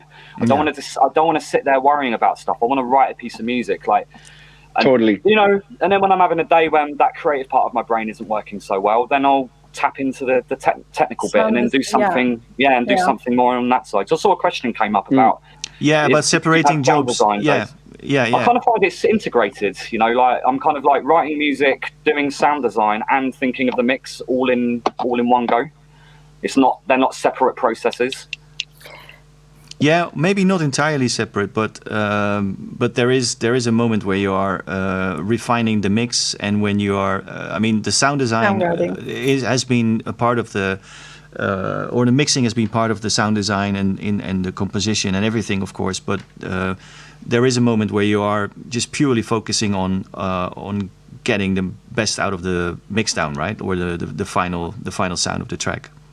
Yeah, I definitely have like a separate mix down session at the end, but the mix is kind of happening, isn't it? As you're designing the sounds, like the mix is only as good as the material. It's part of but I guess the mix is also a voice in itself, right? It's part of the musical. Yeah, it's a very creative expression. I mean, process. You know, like even like say something as boring as a compressor can be highly emotional. You know, like for example, if you have a fast attack, you know, you'll be burying like the cymbals deep into the track and losing a little bit of that pump, keeping it burying the drums and letting the music come forward. Or you use a slow attack and then the punch comes forward and you get a more energetic sound. So even something as boring as a compressor can actually be quite emotional. Yeah. A compressor is not boring. I know, I love them.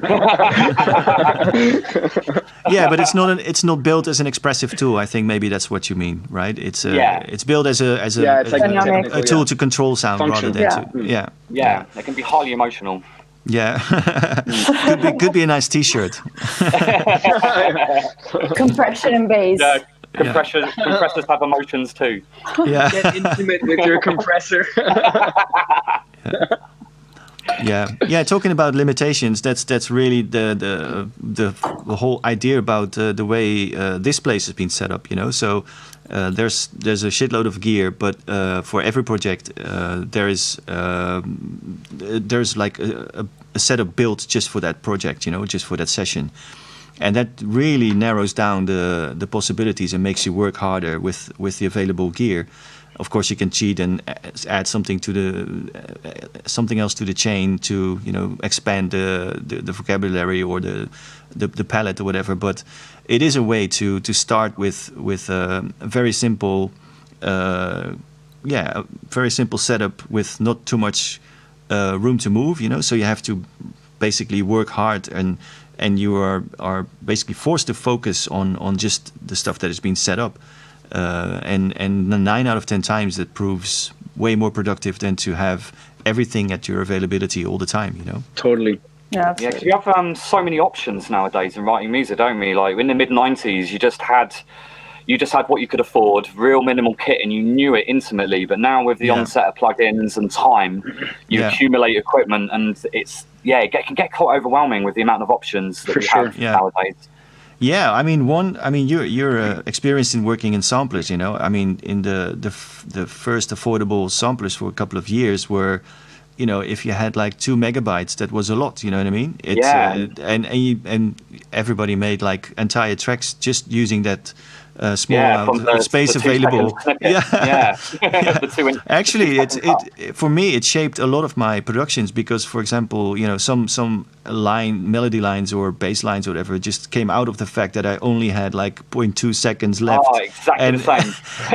and then just tune down like a percussion thing so low that it suddenly sounds like a bass, with very little resolution, but still very chunky, and that basically caused some of the writing decisions just because it was just the only thing available.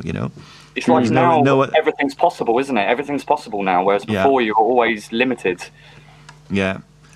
S2000. Actually, my first sampler was an S or an X7000 or X700, the one with the keyboard, and then I had an S900.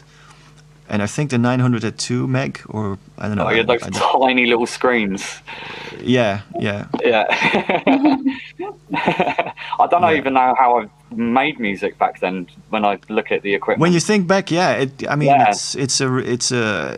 a battle against the limitations, really. G-Spot. Actually, G-Spot was there was on a G-Spot was in '95, I think.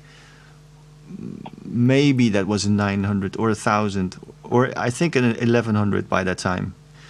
I recently, or not recently, but a few years ago, I was in a music shop, and they got all the stuff from another studio which went bankrupt, and there was this S612 sampler from Akai, the one with the weird floppies.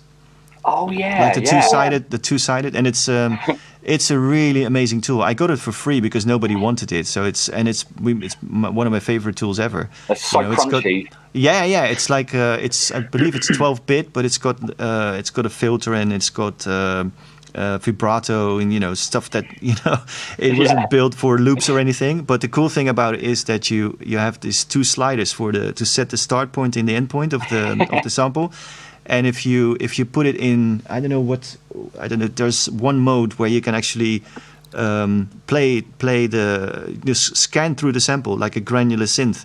There's one mode where you can just use the sliders to basically slowly move through the sample, like scrubbing through. Yeah, scrubbing. Yeah, and if you have the top slider, which is the start point, further to the right than the lower one, which is the end point, the sample starts to play backwards. So all these like real-time crazy things are possible with it. Yeah. Wow. It's awesome. That's amazing. Wow, that sounds amazing. Yeah. Yeah, and I've really only used it for that kind of weird stuff, So I don't use it as a full sampler, but it's a really nice sound design tool.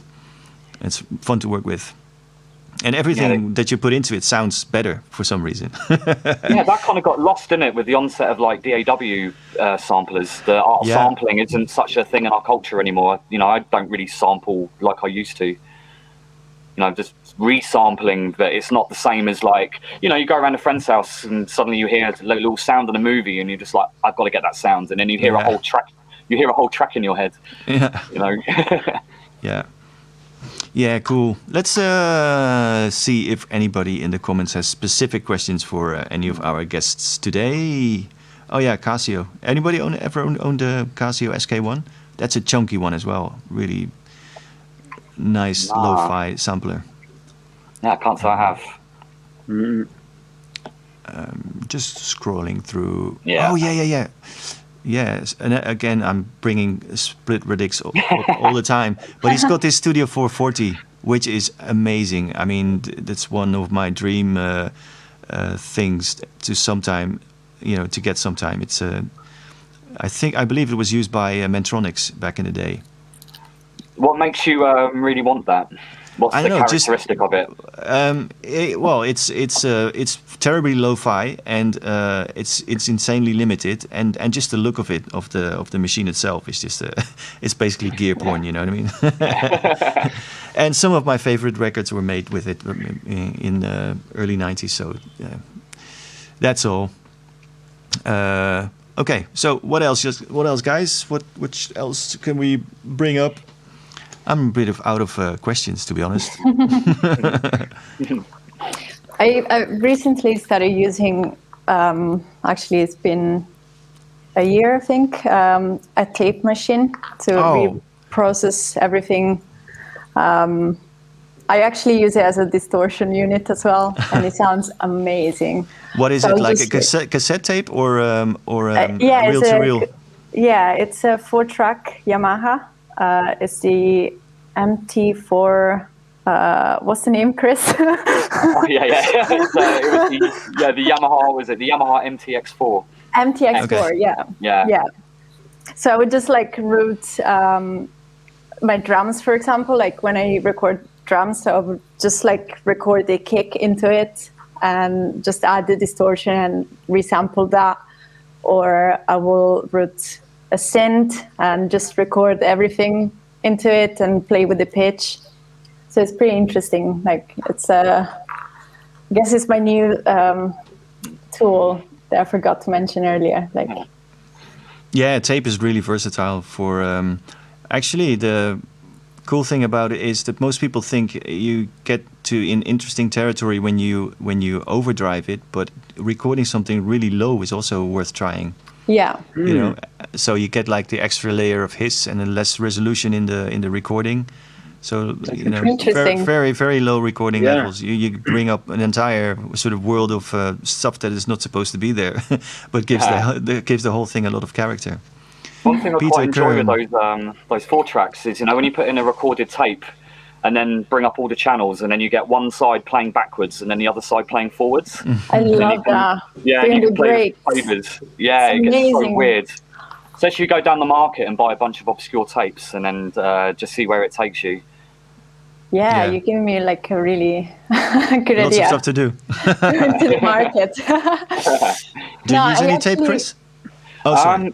Well, I sold my tape machine to Irene. Oh, okay, it's yours. Yeah. Okay. Well, I bought it because I was like, he didn't want to sell it, and every time we would go to the studio, I was like, Chris, like, what about this tape machine? He was like, no.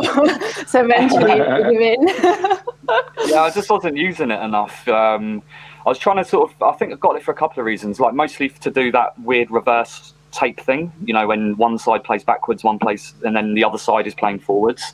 And I also wanted to really get that kind of Memphis hip hop sound, you know, that super lo-fi cassette sound. But the audiophile part of my brain just rebelled, and and I just couldn't get into it in the end.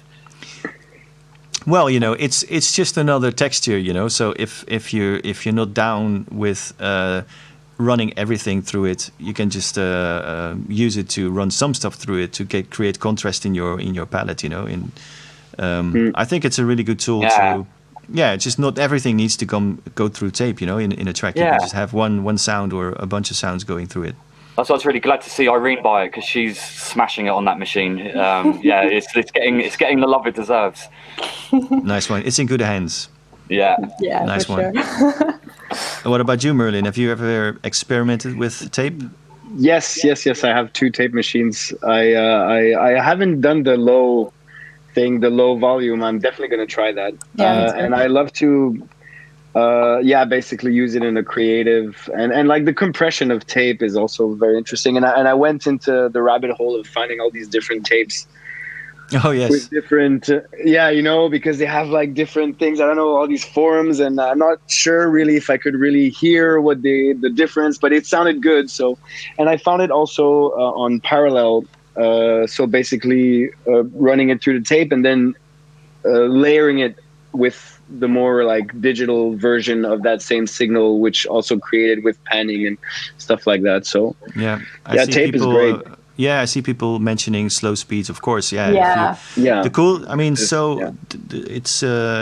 something people usually don't realize, but if you slow something down inside a computer or in a digital domain, you lose resolution and things become crunchy and sort of less defined. But if you slow down tape, it basically becomes more. There's more information, you know, because there's no resolution, is there? And it's like you know, we're looking through a magnifying glass. You know, you can sort of discover all these details you didn't think were there in really high resolution. It's amazing. Yeah, the harmonics, the content is very rich. Yeah. Exactly. It's like the sound of like tape echoes when it's slow sounds amazing. When you get that lo-fi and the way that the delay tails start to break up, you know, that classic dub and the tape echo. Oh, yes, so good. Yeah. Tape is a whole other thing. Yeah. The thing is, like, you know, working with tape in the recording studios, in that transition point between tape and hard disk recording machines, that's kind of what got me a bit annoyed with tape. Like, my experience of working with tape was always just like, oh god, here we go again. You know, like having to rewind and calibrate and but it's beautiful, man. It's just, you know, it's like, you know, you hit like the rewind button on tape and you just have to wait, you know, for like 2 minutes or whatever. I love that wait, you know. It's like watching the wheels go. You know, hearing the noise. I love the noise as well. There's It's like magical, like going back to, you know, like the root of like. Yeah, you can use the rewind time or the transport times as thinking time, or as you know, just switching your brain to something else. You know, if you are you know, constantly. If everything is constantly available, like just have to point at it and it'll start playing. You know, that's how DAWs work, or you know, synths, whatever. But you're always on. You never sort of take a breath or whatever. And tape is such a, you know, it has some limitations of speed and stuff. And I like the sort of calmness it introduces in the process. You know. I do find sort of like modern DAWs are always in like, they're kind of rushing you. It's always about like trying to make things as fast as possible. But yeah, I do like making music in a slow way. because my brain doesn't work as fast as Ableton, for example. Loading, retracking something through a desk or trying to find like the perfect chord or something. It's nice to just let it unfold slowly. Instead of this rushing. Yeah, that's when I was studying. Sorry, Merlin. Oh, no, go for it. No, you go. That was exactly what I was trying to say earlier. Like, sometimes this is why it takes so long, because I'm just like, trying to find the right chord or like harmony, and it just takes loads of time sometimes, So yeah, that's it. That was my comment. Now, I wanted to say, I just remembered when I was studying at the conservatory in Montreal in electroacoustic composition, we had a class where it was entirely based on tape, and we were basically composing with tape and creating the loops with the crossfade, with the little, and trying to find, I'm a drummer, so like I love actually have to teach that next week. Rhythm. Really? Yeah, I was trying to find the loop that like grooves, because if you're just doing like more like ambient sounds, it's fine, but like to create like a groovy loop like by cutting it, oh my god. Really? What are you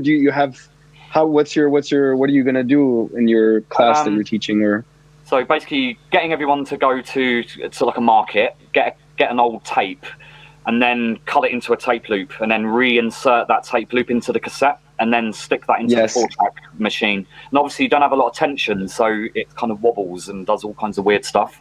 And then from the tape machine, it just goes out to like a load of like effects like echo or reverb, things like that. And it's just such a cool way to make music, isn't it? Because you don't know what you're going to get. Completely. Yeah, and then like also to find the spot, you're like, like the transients. I was like always hunting transients. So it's like unrepeatable moments, aren't they? Because it's so random. It's like generative music. Yeah, and there's like a meditation. Yeah, this is kind of making me think about like the way you can do glitch with records. When you like split one record and you would play. Oh yeah, the Maria Chavez kind of vibe. Yes, that one, yeah. Oh yeah. Have you ever heard of I think his name is Christian Markley? Oh yeah, did you see the video when he was making dragging guitars from the back of his pickup truck? And what is it? No, I've never seen that. No, he did. Yeah. He was doing exclusively vinyl sets at some point. Like having four record players, and they were actually really old school ones with speakers in them. And but he had basically. He had like drilled holes in records, to make them concentric, and playing them at insane speeds, putting stickers on them so they would loop, and playing them backwards, forwards, whatever, But he made like the most incredible compositions. He was really fast as well, like. And you'd wear them like a guitar, wouldn't he? You wear the. Oh yeah. With a strap. Yeah. Did you see the Museum of Impossible Instruments that he did, where he built a drum kit that's 16 foot high, the stands are 16 foot high, and guitars with rubber necks, and he called it the Museum of Impossible Instruments. Yeah, awesome stuff. Yeah, there's a lot of things you can do with vinyl just by putting, making it loop at some points. Same as with finding random stuff from cassettes, like you said, like you're doing in your class. You can do the same with vinyl. You can make the needle, can't you? Make it jump. And just put a sticker. Yeah, just put a sticker on it and have it loop in one. Just have it make circles instead of spirals, basically. Cool. We're nearing 2 hours, people. So maybe we should move into the plug your project section, or unless anybody in the comments is interested in dropping their last questions, please do it now. I've been faithfully ignoring everybody in the comments, although I do. Anyway, so. Okay, there we go. What's everyone's respective favorite polyphonic synth? Okay. Irene, you start. Oh, mine is the Juno 6 and the Virus as well. I got Virus C. Can you do two? Can we only do one? One Juno 6. Okay, forever. okay. Chris? I see. Oh, okay. Yeah. It's actually my latest synth. Actually, it's the Mega FM. that's got it's like an FM synth that uses Sega Mega Drive chips. Oh yeah. And it was basically because it was the cheapest polyphonic synth that I could, it was like €500, and I absolutely love it. It's just so grainy and digital sounding. So yeah, that's my favorite new polyphonic synth at the moment. I'm still thinking. So maybe Merlin, go first. Yeah, I don't know. I'm also still thinking. It's for me. It's I'm looking around. Question. I don't know. Honestly, polyphonic synth. I'm not even sure I own the one that but I'll have to get back to you on that one because I can't answer this at the moment. Yeah. Caught me off guard here. Yeah. Actually, I see a question about monitors, but that's one thing I actually wanted to ask all of you, bass distortion people, what kind of studio monitors do you use? Because I mean, if there's so much effort going into sculpting bass, what is the system you're referencing on, Chris? I'm using head 7s at the moment, but I definitely want to upgrade to something like even go up a tier into a much bigger range. I quite like speakers that make you work hard for the bass. Actually, Right. When I had a previous studio, I could be stupidly loud. It was actually it was too much. My tunes are coming out really bass-like because I had my subs going. So now I like not having the bass, so I have to work hard to make that bass big on small speakers. You mean you not having the sub? Yeah, okay. Yeah. So if you can hear it on the small speakers, you can hear it. And I like to work very quiet, almost to the point that you could hear the keyboard tapping. Yeah. If you can make it sound big when it's that small, it's going to sound monstrous when it's loud. At least that's my philosophy. Exactly. I mean, that's the trap with amazing monitors in studios. Everything sounds good, and you settle much earlier on. You think everything sounds amazing because it sounds amazing in the studio. But once you start, checking it on other systems, you realize that a lot of things are still. Well, I've got this this perfect limiter called my angry elderly neighbour. Which prevents me from going loud because I'm too much. When I have infinite volume, I'm an enemy to myself. Wow, I mean, it's incredible that you get all that sound going by listening to everything so quiet. That's really insanely quiet. Like for example, setting compressors. You can set them up really well if you turn them really quiet to the point you can barely hear them because the only thing you hear then is the transient. Yeah. Cool. What about you, Irene? What do you monitor on? I got the Focal Alpha 65. I see Merlin has the same as well. And did you get the? And I just got the Yamahas. I just got the Yamaha HS80 as well, which I just got them, so I don't have really a clear opinion on those. The 80 or the 8? Is it the 8? 80, the old 80, ones, okay. yeah. Oh, right, okay. Nice, okay. I read that they have more bass. But yeah, no, I love the Focals. I think they're the best monitors. And I used to have like the Adam A7X, the Event Opel. But out of all of this, the Focals are definitely my favorite.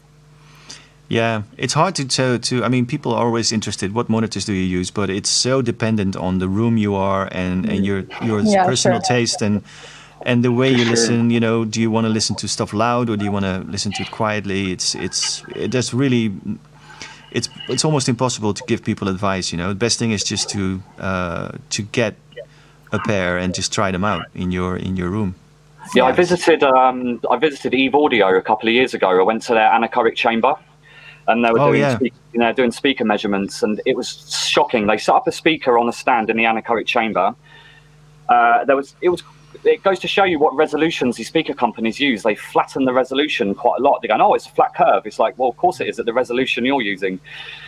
And then, what they did, Roland at Eve, he set up literally a plank, just a very small plank of wood between the speaker and the monitor, and there was a 20k dip at 5k in an anechoic chamber. So imagine 20K. With one wooden plank between the microphone and the speaker in a anechoic chamber with no one in it. So imagine what your room is doing and you sitting in that room. Yeah. Yeah. Yeah, it's very dependent on the room. I mean, the smaller the speakers are, the less the room plays into the equation. But it's still they can be shit in one room and amazing in other rooms. So it's nothing more, nothing. It's hard to give advice. If you know your room and you know your speakers, or Exactly. that's also Yeah, I've seen some guys work in terrible conditions, or what one might consider, but they know the environment and they can just do it. Yeah, exactly. If you have a pair of monitors, you don't give up on them too easily. Just get to know them really well and move them around. Make different. I mean, positioning is also a big thing. Huge, And so once you find a spot that you consider good enough to actually judge what's going on, then it's fine. That's what monitors are for. I mean, if you want to really enjoy sound and just for listening pleasure, you can get a hi-fi system in some I don't know, listening room or whatever. But monitors are really just there to tell you what's going on. What are you actually listening to? So I also like to have also look at the spectrum, like just to have as a reference. Right. Sometimes I just moved flat, so I don't really know my room well, but I don't. I guess you've got a favorite one you use for that? I use just the span, pre-plug in, and it's very useful. You can check the mono and everything. But yeah, I really like to analyze the actual spectrum of frequencies of my tracks to make sure that there are no gaps, from what I'm listening to actually from my speakers to what actually it is. So yeah. Cool. Nice. 10 o'clock. CET. Let's do the. We can talk forever if we, especially if bass distortion monitors. I'd love to, but let's keep this around 2 hours because otherwise it won't fit our podcast hosting platform if we go over too much. Anyway, so anything you want to share with the audience that you have coming up? Anything to plug, Irene? Yeah, actually. Next month, I'm gonna finally launch my collectives label, which is called Under My Feet, and it's gonna be a tape label. And the first release is me and Chris, so it's gonna be a collaborative EP. It already exists, right? I mean, it's got a Bandcamp page. Yeah, because we've been releasing live on tapes because my collective we used to do events in London, and from these events, which are all only live sets, we would pick, some sets that kind of blow our minds and just release them as live on tapes. So that's why it has a Bandcamp, because we've been selling. Drew McDowell and Hero Cone limited edition tapes. So yeah, this is the new that is making me really excited. Cool. So you are actually selling physical tapes then, or are they? Okay, nice. Yeah, cool. Yeah, and it's coming out on the 28th of May. So yeah, I'm pretty excited about that. Cool. And you have an artist Bandcamp page as well with your music. Yeah. Okay, I think Sander is frantically looking it up in the background and posting the link in the chat. So, okay, cool. Anything else we should know about? You want people to know about you, promote anything coming up, stuff you're working on? Guys. Is it about us now, or? Oh, I thought it was. Sorry. Yeah, I sometimes forget. When I'm looking at somebody's face, they cannot actually. Sorry. Okay, let's move to Merlin then. What you got going on? So there's I told you in advance. I'm a terrible host, man. You're great. Fine. No, the host of the most. So yeah, there's a Sorcery EP that's coming out very soon. And it's going to be probably announced in the next few, hopefully, week or two. And it's coming out on the Bedouin Records. And I'm really excited about that. There's also an amazing music video that I just can't wait to share with all of you guys. So that's with Sorcery, and with the drum stuff. I just completed like what we were talking about with the AI machine learning visuals, like 30-minute performance with visuals, reactive, and everything. That also is coming out as is going to be premiered on Fact, and then it's going to be available. The music is going to be available on Bandcamp. This is going to be in May, also early May. So, awesome. Yeah, that's enough, I think. Yeah. And are there any plans to actually perform this AV thing once the stages are opening? Absolutely, up? Absolutely. That'd be awesome, with Sorcery too. Oh, actually, yeah, it's true. With Sorcery, I'm playing next week at Her with Irene. Oh yeah. Oh, nice. Yeah, I'm doing a Sorcery. How could you forget about it? I'm actually not playing, but it's my show. Yeah. Oh, I thought you were playing. No, it's my Dema. Dema is playing. Jacopo. Ah, okay. Yeah. So okay, Sorcery live set at Irene's show, which she's not playing, but it's for Under My Feet, right? So yeah. It's the Awesome. 4th of May. Is it? On the 4th? Of May? I don't know. Or the 7th? I don't know. Well, either. I guess everybody knows where to find her, So it's exactly. Yeah, just on the keep an eye on that. 6th, on the 6th, actually. okay. On the 6th. Yeah. Awesome. Yeah. Cool. So Sorcery live set at that, and yeah, that's it. Yeah. Nice one. Chris? Last week I just released an EP under my other alias called Dot Product, which is with my good friend Adam Winchester. We've just done a collaboration EP with Japanoise legend KK Null. That just come out last week. I've got the collaboration EP with Irene, and after that also have another collaboration EP with Cocktail Party Effect on Picnic Records, which is going to come out in the next few months.